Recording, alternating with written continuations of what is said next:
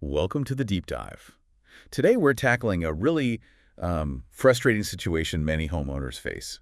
Denied home insurance claims, Yeah, it happens a lot. especially when it involves something like hail damage to your roof. Yeah. It can feel like a huge setback. Yeah, absolutely. And figuring out the next steps, well, it can be pretty overwhelming. You pay those premiums expecting support when, disaster strikes. Right, like after a big hailstorm. Yeah, So getting that denial letter, it can leave you feeling vulnerable and just unsure where to turn. definitely. That's why we're doing this deep dive into the work of Ray Gessner from A Step in Time. He's someone who actually steps in to help homeowners and even roofing contractors navigate these denials. And his background is quite impressive, isn't It it? really is. He's the founder and CEO of A Step in Time, been doing it since 1998. Holds a bachelor's in civil engineering from Virginia Tech, Mm. a master of engineering from Old Dominion. Plus, he's a licensed professional engineer, a PE in a whole bunch of states: VA, MD, DC, NCFL, GA, NY, TX, MA, RWA. Wow, that's extensive. And it doesn't stop there. Master tradesman licenses in HVAC, plumbing, gas fitting in Virginia, a Class A contractor license, OSHA 30 certified. So practical skills on top of the engineering theory. Exactly. And his team even uses the International Code Council's guidelines for remote virtual inspections. So maintaining standards, even remotely. It's really key there is the combination. It's not just book smarts. He has that hands-on practical understanding of how buildings are put together, the engineering principles. Right. And he knows the codes and regulations. That comprehensive view is just so valuable when you're trying to figure out what really caused the damage and why a claim might have been denied. It really sets the context, especially when you think about some of the big insurance disputes we've seen. Remember that lawsuit against State Farm after Hurricane Katrina? Vaguely, yes. What was the issue there? Well, hundreds of homeowners sued. They alleged State Farm used a standardized engineering report from H. Hague Engineering to issue sort of blanket denials, claiming the damage was from storm surge, not wind, even when wind damage was covered. The classic wind versus water debate. Exactly. Now, H. Hague denied any bias, said their reports were factual, but it just highlights how these disagreements happen, right? Absolutely does. And it underscores why you might need someone independent, like Gessner, to provide a different perspective. That case really nails it. The first look by the insurance company. Well, it might not capture the whole picture or, accurately pinpoint all the reasons for the damage. Right. That's where an independent expert with a strong technical background becomes, frankly, essential for homeowners. Precisely. So our mission today for this deep dive is to really understand the systematic, detailed approach Ray Gessner uses, how he helps homeowners and roofers challenge these denied hail damage claims. Sounds good. Where do we start? Okay, let's unpack his process. Step one, the Yeah. photo review of the alleged damage. Right, this is the starting point. Ray uses his engineering eye, basically, to critically look at the photos. He's trying to see if the damage pattern actually lines up with a real hail event. What does that mean exactly? Lines up. Well, he's looking for specific things, what you might call mechanical signatures of hail impact. Actual fractures in the shingles, punctures, or significant granule displacement, the kind of stuff that shows the force of hail hitting it. Okay, so not just like a few scuffs or marks. He's looking for real structural impact on the roofing material itself. Exactly. And just as important, he's using his expertise to rule out other things. Like what?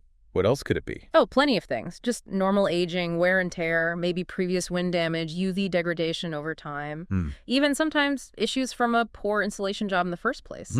Making that distinction is absolutely key to building a solid case for hail damage. That's a really critical filter, isn't it? And it says a lot about his credibility that he'll actually turn down cases if the photos don't show what he considers real functional hail damage. Absolutely. It maintains its integrity. He's focusing on where there's a genuine argument to be made based on the evidence. Okay, that makes sense. Which brings us neatly to step two, reviewing the opposing engineering report. This sounds like where he really starts to challenge the denial itself. It is. So the insurance company denies the claim, right? And they usually provide their own engineering report to back that up. Right. Ray takes that report and just meticulously goes through it. Yeah. He's hunting for technical errors, any signs of bias, things they might have missed, omissions, or maybe even flawed methods used during their inspection. Like a peer review almost. Kind of, yeah. But specifically looking at it from the homeowner's perspective and applying rigorous engineering standards. So what kind of red flags might he spot in those reports? Yeah. What suggests their assessment might be off? Well, maybe signs the inspection was rushed. Did the engineer actually test the soft metals? Vents flashing. Those often show hail hits clearly. Mhm. Were there leaks reported inside the house, maybe in the attic, that the report just glosses over or doesn't connect to the roof damage? Or a big one, did they just label damage as cosmetic, when actually it could compromise the roof's ability to shed water and protect the home long term? That's a critical distinction. That cosmetic label sounds like a common point of contention. It really can be. So a key thing for homeowners is to always question, how thorough was the insurer's inspection? Did they look everywhere? Was their method sound? And if Ray finds these issues, these discrepancies, what then? He documents everything very carefully. He points out exactly where the opposing engineer's conclusions don't match up with the physical evidence or with building codes or just accepted engineering facts. And because he's a licensed PE. Exactly. That carries weight. His counter-analysis, coming from another licensed professional engineer, someone who's met really strict standards for education, experience, past exams, all that. It often forces the insurance company to take another look. It signifies a high level of professional competency challenging their findings. Yeah, I could see how that would prompt a reevaluation, maybe even a whole new inspection of the property. Often it does. And sometimes that leads directly to overturning the denial. Okay, that makes total sense. Let's move to step 3. The verified hail report review. This sounds like bringing in the weather data. Precisely. It adds another layer of objective, hard evidence. To really make the case, you need to show that, yes, a hailstorm capable of causing damage did happen at that specific property. Makes sense. So Ray uses independent meteorological data, stuff that creates a verifiable timeline and proves the weather impact wasn't just someone's imagination. And where does he get this data? Is it just like standard weather reports? He uses specialized hail verification reports. There are reputable companies like CoreLogic, HailTrace, WeatherCheck. They analyze historical radar data, weather station info, sometimes even ground reports, to confirm if hail of a certain size, a damaging size, fell at that specific address on specific dates. So it's much more specific than just knowing there was a storm in the region? Oh, absolutely. It pinpoints it to the property level. Yeah. And then, crucially, he compares the date of that verified hail event to the homeowner's insurance policy period. To make sure it's covered within the policy dates. Exactly. It directly counters that potential insurer argument of, sorry, no qualifying storm happened while your policy was active. It connects the dots. Yeah. Verified storm, policy active, potential for damage. Okay, that's a powerful piece of the puzzle. Now, step 4 sounds really interesting. Outside research is the X factor. What's so different about this part? Yeah, this is where Ray's approach gets really creative, I think. It goes way beyond what most standard evaluations would involve. How so? He basically becomes a digital detective combined with some old-fashioned legwork. He digs deep into sources most people wouldn't think to check for an insurance claim. Okay, I'm intrigued. Like, what kind of sources? He'll scour social media, Facebook, Twitter, Instagram. He looks through local news archives, checks neighborhood forums like Nextdoor, even community video sites like YouTube or Vimeo. Looking for what? Mentions of the storm? Mentions, yes, but ideally visual proof. He's hunting for eyewitness videos. If someone films the hail coming down on their phone, maybe hitting their car or patio table. Oh, that's clever. People do that all the time. They really do. And the gold mine is that these videos often have metadata embedded in them. Like the exact time the video was taken, and often the GPS coordinates the geolocation of where it was recorded. Wow. And that data can often be authenticated. So now you have visual proof of hail, potentially damaging hail happening right there at or very near the property at a specific time. That's incredible. And he doesn't stop there. He might actually reach out directly to neighbors in the immediate area, ask them if they remember the storm, if they saw hail, if maybe their property had any damage. That is some serious dedication to finding evidence. It really is. And think about it, becomes very difficult for an insurance company to just dismiss that kind of hyper-local visual confirmation, doesn't it? Yeah, especially when you pair it with the official weather reports from HailTrace or CoreLogic and his own expert engineering analysis of the roof damage. Exactly. It builds this really robust, multi-layered case that's often just, well, irrefutable. It significantly strengthens the homeowner's position. So pulling this all together,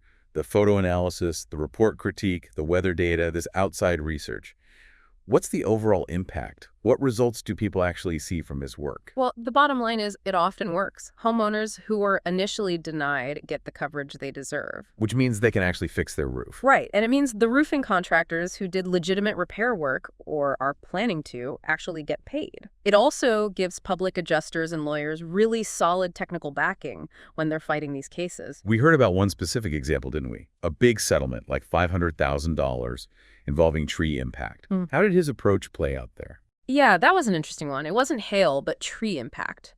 Ray identified what the building code calls substantial damage.